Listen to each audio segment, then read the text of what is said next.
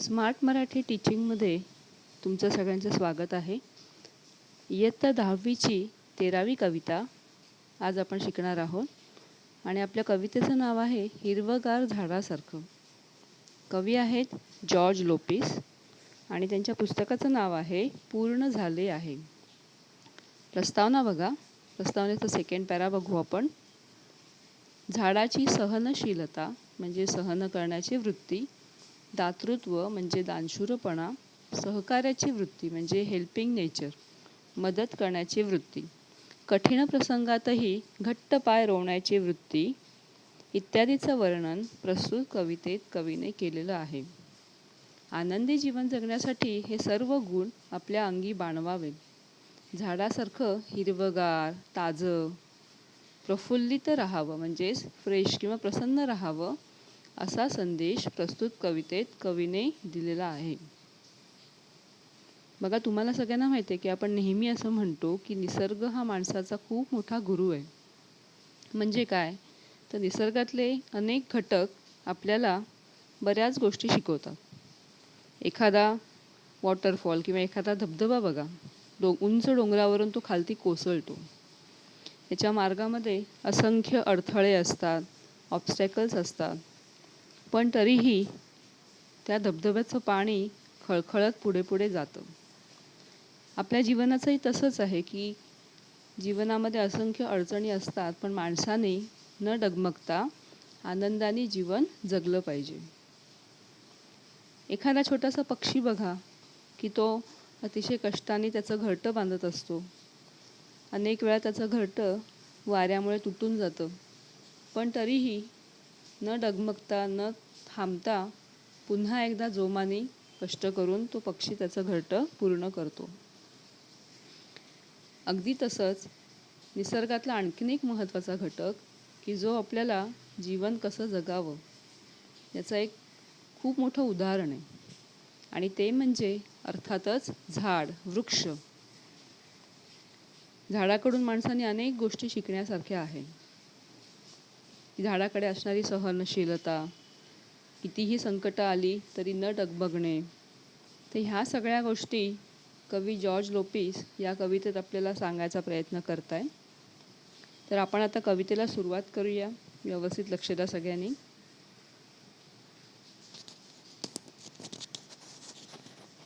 झाड बसते ध्यानस्थ ऋषीसारखं, मौन व्रत धारण करून तपश्चर्या करत. पक्षी झाडाचे कोणीच नसतात, तरीही झाड त्यांचं असतं. बघा, झाड बसते ध्यानस्थ ऋषीसारखं. ध्यानस्थ म्हणजेच काय, तर ध्यानधारणा करणारा, चिंतन करणारा, मेडिटेशन करणारा. आणि ऋषी म्हणजे एखादा संन्यासी, साधू.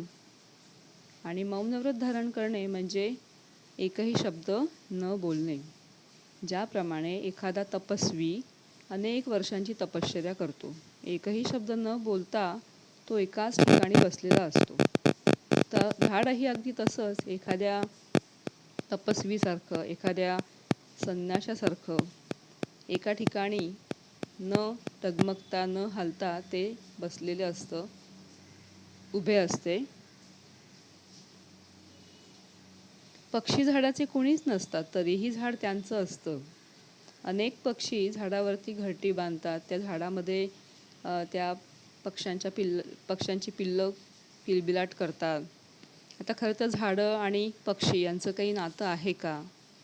तरीही झाड त्यांना आश्रय देतं, आधार देतं. आपल्याकडे कोणी पाहुणे आले की 2 दिवस झाले की आपल्याला असं वाटतं की ते पाहुणे कधी जातील. पण झाड कधी असं म्हणतं का त्या पक्ष्यांना? तर त्या झाड सर्वांना सामावून घेतं.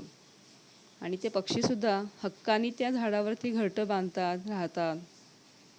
म्हणजे थोडक्यात काय, तर एक दिलदार वृत्ती झाडाकडे असते. सर्वांना आपलंसं करण्याची वृत्ती झाडाकडे असते.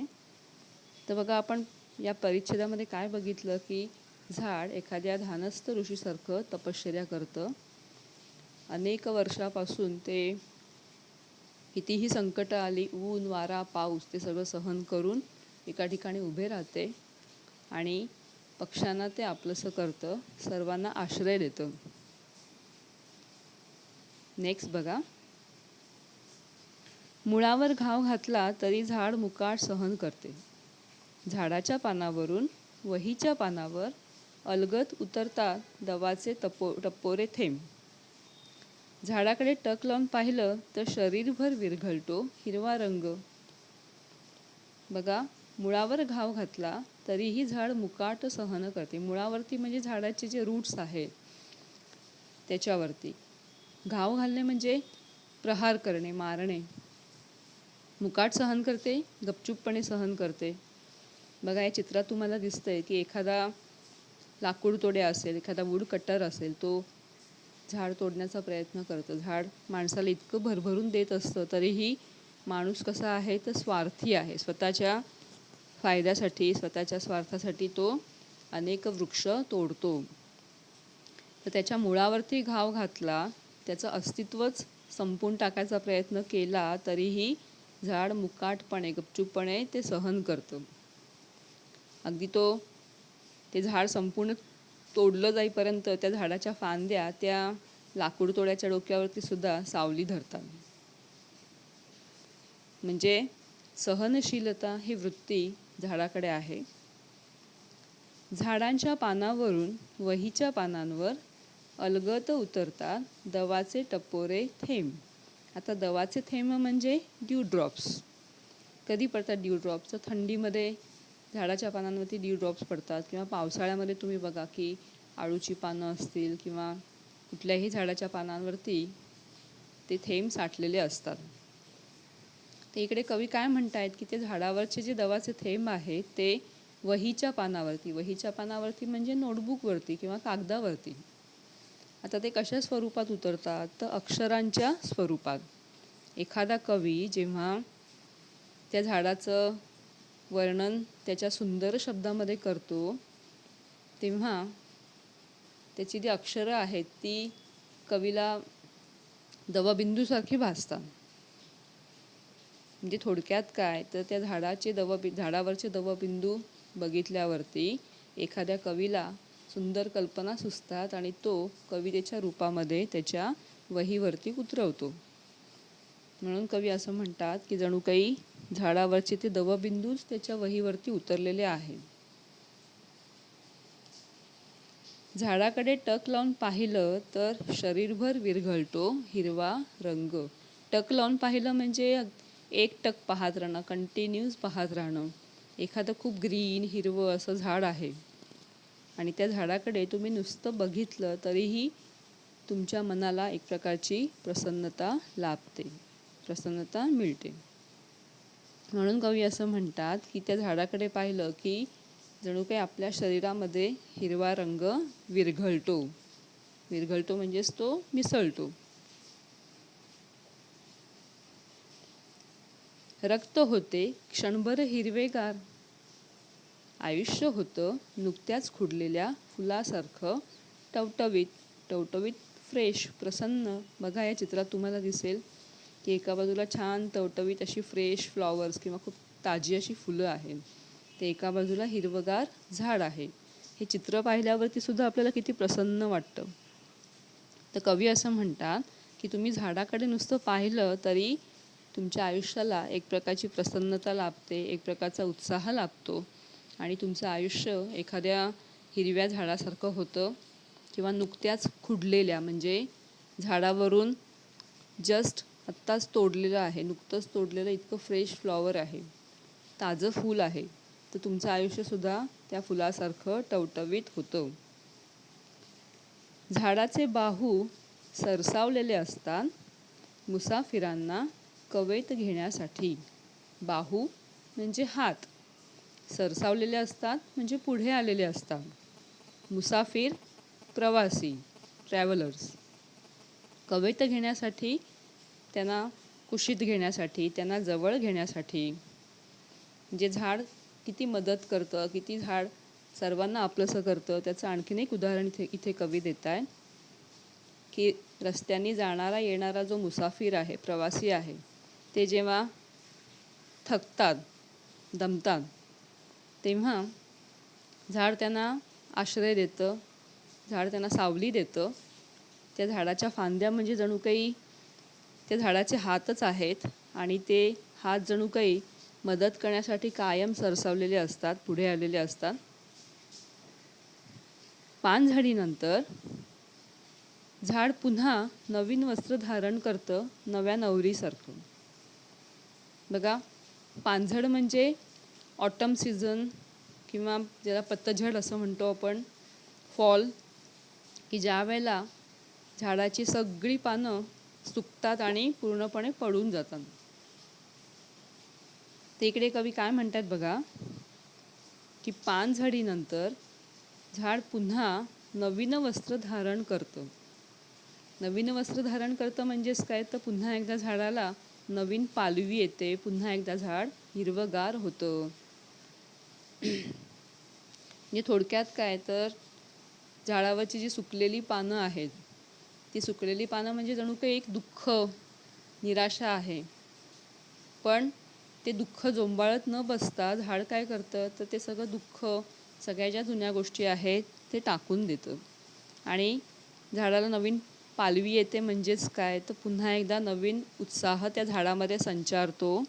पुन्हा एकदा नवीन रूप ते धारण करतं आणि पुन्हा एकदा झाड आनंदाने जगायला सुरुवात करतं.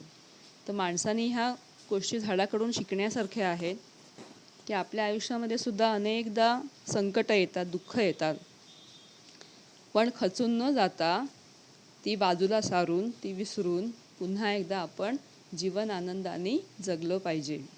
तर इकडे कवी आपल्याला हेच सांगतात, की पानझडीनंतर झाड पुन्हा नवीन वस्त्र धारण करतं, नव्या नवरीसारखं. एखादी नवीन नवरी जशी नवीन वस्त्र धारण करते, नवीन कपडे घालते, तसं जणू काही झाडाने त्याची जुनी वस्त्र जी आहेत, म्हणजे ती जुनी दुःख जी आहेत ती बाजूला सारलेली असतात आणि पुन्हा एकदा ते नवीन रूप धारण करते.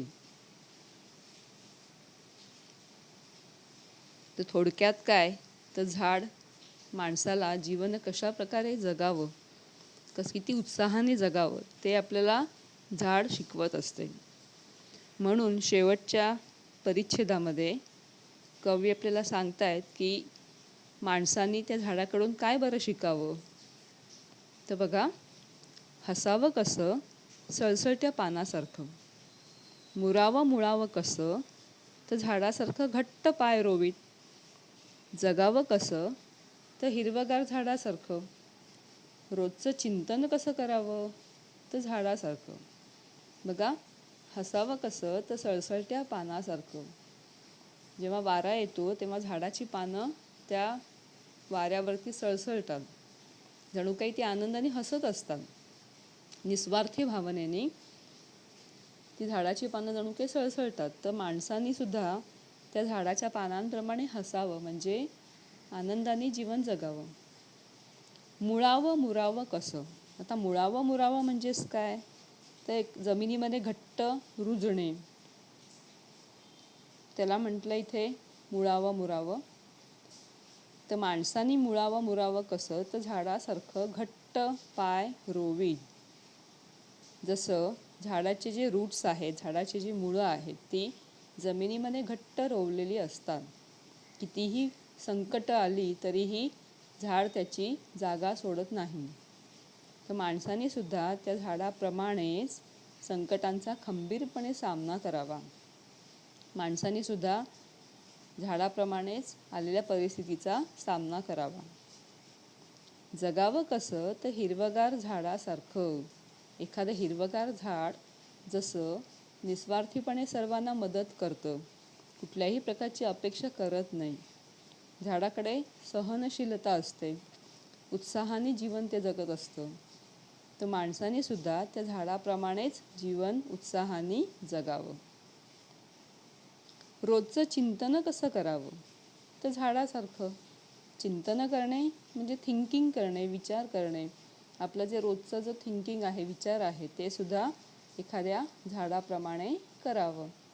की जसं आपण पहिल्या याच्यामध्ये बघितलं, की एखाद्या ध्यानस्थ ऋषीसारखं झाड बसलेलं असतं, की आजूबाजूला किती पण गोंधळ असू देत, आवाज असू देत, संकट असू देत, ते झाड गपचूपपणे तिथे बसलेलं असतं.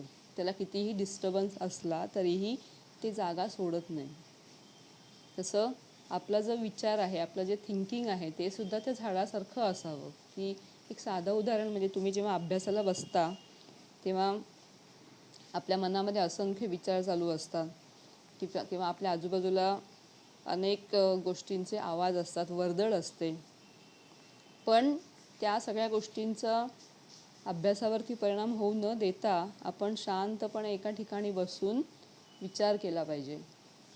तर म्हणून कवी असं म्हणतायत की तुमचं जे रोजचं थिंकिंग, रोजचा विचार हा सुद्धा तुम्ही त्या झाडासारखा करा. तर थोडक्यात काय, तर निसर्ग हा खूप मोठा गुरु आहे आणि त्याच्यामध्ये झाड हे खूप मोठं उदाहरण आहे की जे माणसाला जीवन कशा प्रकारे जगावं ते शिकवत असतं.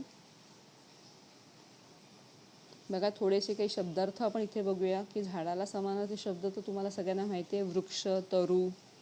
ध्यानस्थ राहणे म्हणजे तपश्चर्या करणे. मौनव्रत म्हणजे न बोलता. पाठ्यपुस्तकामध्ये सुद्धा काही शब्द आहेत. तर तुम्हाला हा व्हिडिओ आवडला असेल तर ज्या मुलांना गरज आहे त्यांना नक्की तुम्ही शेअर करा, लाईक करा.